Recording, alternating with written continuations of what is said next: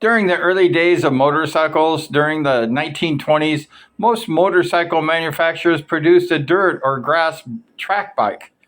Out of the dozens of makes, mostly British, a handful of machines stood out from the rest. They were Harley Davidson, Douglas, Rouge, and the JAP. The first three companies could not compete, so the JAP reigned supreme for 30 years, eventually falling to the challenge of ESO and Jawa, Westlake, Godin, and GM. Harley's pea shooter was a very capable broadsiding bike. The Americans took it to Australia when they went there to race in the early 1920s, and that was Sprouts Elder. He took that bike there to race against the Aussies. The pea shooter was raced against all the other early in the mid 1920 bikes available in the land down under to edge on them. There was an edge. In 1928, the Australians, they went to Great Britain to race, started Speedway in England, and they took these bikes with them. The pea shooter soon found a home in Great Britain as a serious rival in the shape of the British bike.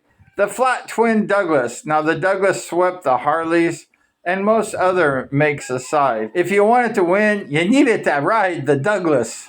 The Douglas was hardly taken from a blueprint of a successful Speedway bike. It was a flat twin engine requiring an increase in the wheelbase with 3 gears. The bike had a low center of gravity and low saddle height, which lent himself to leg trailing. You know, they did a lot of that leg trailing in the early 1920s. They did a lot of leg trailing. Why? Because the Douglas was low to the ground, and they had the leg trail because they couldn't stand up on those bikes.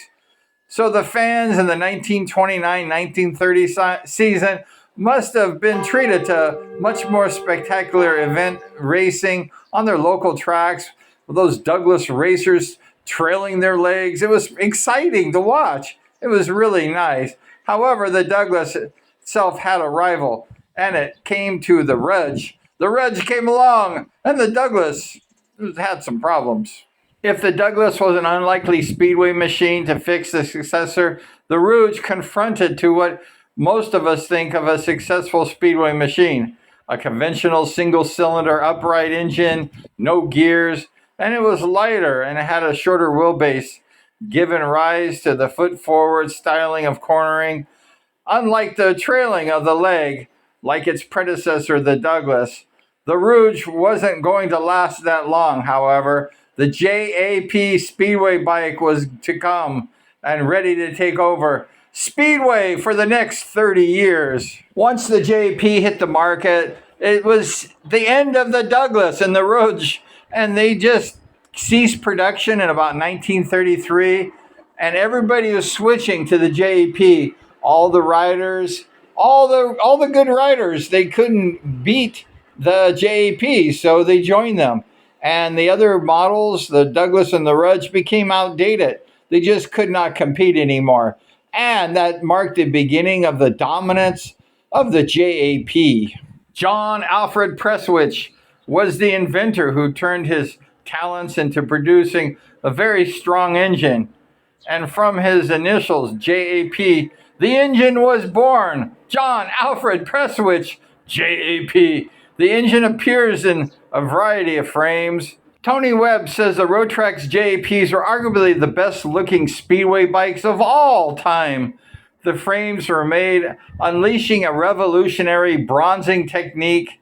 It was later in 1952 that the Rotrax started to produce their first Rotrax Speedway frames. Mike Compton, who was the Rotrax workshop foreman, together with the British Oxygen Company to develop the nickel bronzing brazing technique for the frame lungs and the Reynolds 531 tubing that was given to the beautiful hand-built frame, the strength and the quality needed for track racing. This method of brazing was later adopted by the aircraft industry on the jet engines. Meanwhile, Alec Johnson, himself a former rider, had taken over the manufacturing rights of the JAP Speedway engine in 1951 and continued to hand build the engines and spare parts for many years afterwards. Later, to be taken over by George Greenwood, another former rider. The road track frames were initially chromed by Blake's of Gosport and then sent to Alec Jackson's in London for the fitting of the JAP engines so that the Jackson Road Tracks JAP was formed. The early road track frames were an RT badge. The early Road Tracks MK1 machines were fitted with a 22-inch rear tire, whilst in 1956 it was changed to a 19-inch rear wheel. Former Norwich rider Phil Clark made many road track frames under contract from his workshop in Norfolk. 1950, the ESO Jolly Speedway bike was introduced. ESO translated into English as Ace. As you can see from the pictures of the ESO, the engine was a blatant copy of the British JAP. Joseph Lambert, he made these bikes, the Jolly, between 1947 and 1950. The name derived from the first two letters of the first name, which was his surname, and the Jolly wasn't a financial success. And in 1950, Joseph Samarley bought up the remaining spares of the bike, and now it's the defunct Jolly engines that were used to produce its own version. The ESO Jolly engines were fitted with a bronze cylinder head using 5 hold-down bolts, whilst the early ESOs came in 3 different cylinder head options. One was the bronze head and the 5 holding bolts with the bronze. Number 2 was the bronze head with 4 holding bolts, and number 3 was the cast iron head and 4 holding bolts. 1966, the ESO machine came around, but one striking difference between the ESO Jolly and the ESO was the handlebars. It was a clipped on, and the front forks were down tubes. This feature appears to date back to Joseph Lenhart's ESO Jolly machines in 1950. It was a remake.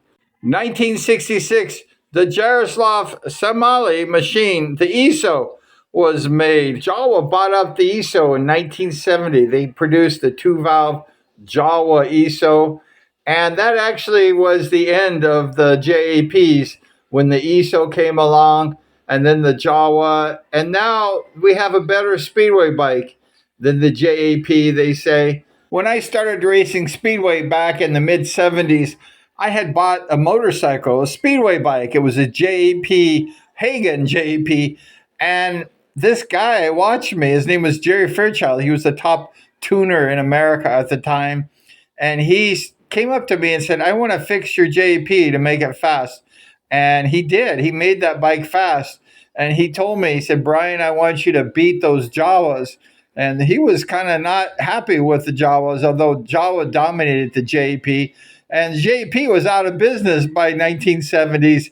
I think they went out of business like in the 60s, 64, I believe it was. But I went ahead and used that JAP, and I didn't know anything better. I just was only a 16-year-old rider, and I was just, out to have a good time. And I beat the likes of like Bruce Penhall, Michael Bass, Kelly Moran, and that bike just beat almost every Division I rider of the day. And it won some small championships, and it beat some really top riders. And Jerry Fairchild made that JAP dominate the Jawas. But sad to say, the Jawas took over, and I was probably the last JAP rider in America to win scratch main events, handicap main events.